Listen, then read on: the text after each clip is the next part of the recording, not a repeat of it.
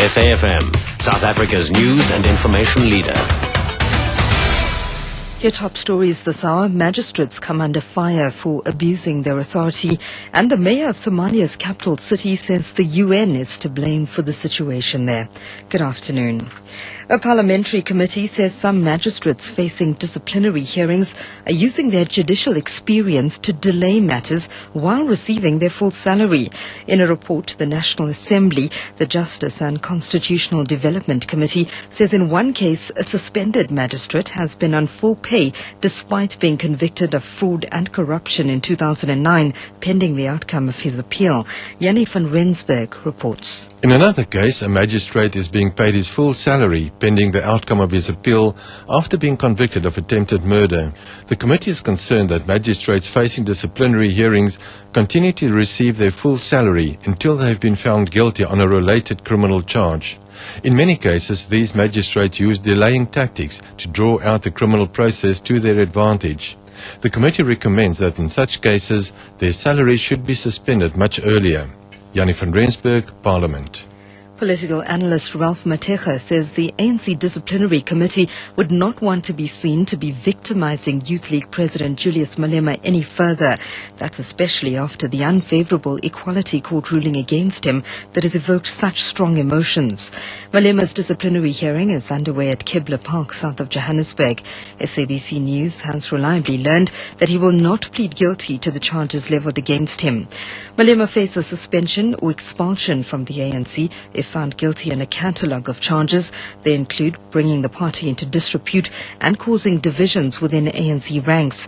Mateka says the court ruling could be a blessing in disguise for Malema. My sense is that as they are going into these hearings, like if you victimize them in this disciplinary hearing, you are in a sense affirming that judgment in the Equality Court. So it's going to be very difficult for them to separate the impact of this disciplinary hearing and the Equality Court ruling.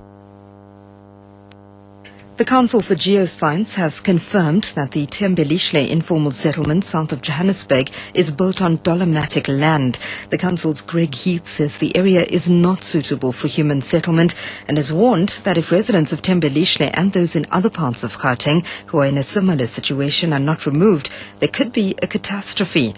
More than 110 informal settlements in Gauteng are already located on dolomitic land.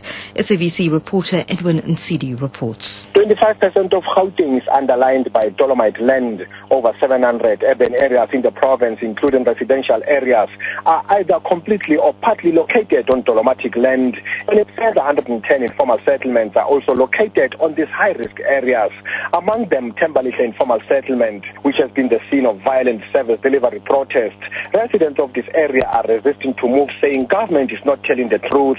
However, Council for Geoscience Greg Heath says 45% of West Rand is covered by dolomite and people have to move to avoid catastrophe.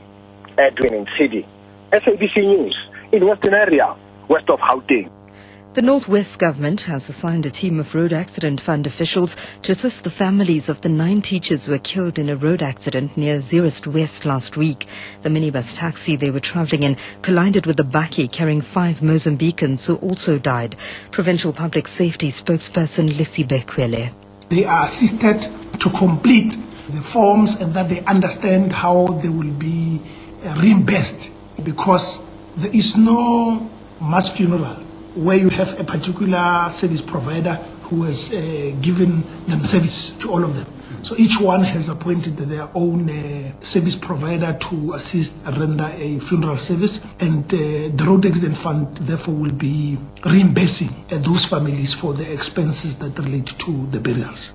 The mayor of Mogadishu in Somalia, Mohammed Ahmed Noor, has lashed out at the United Nations, blaming it for the current situation in Somalia.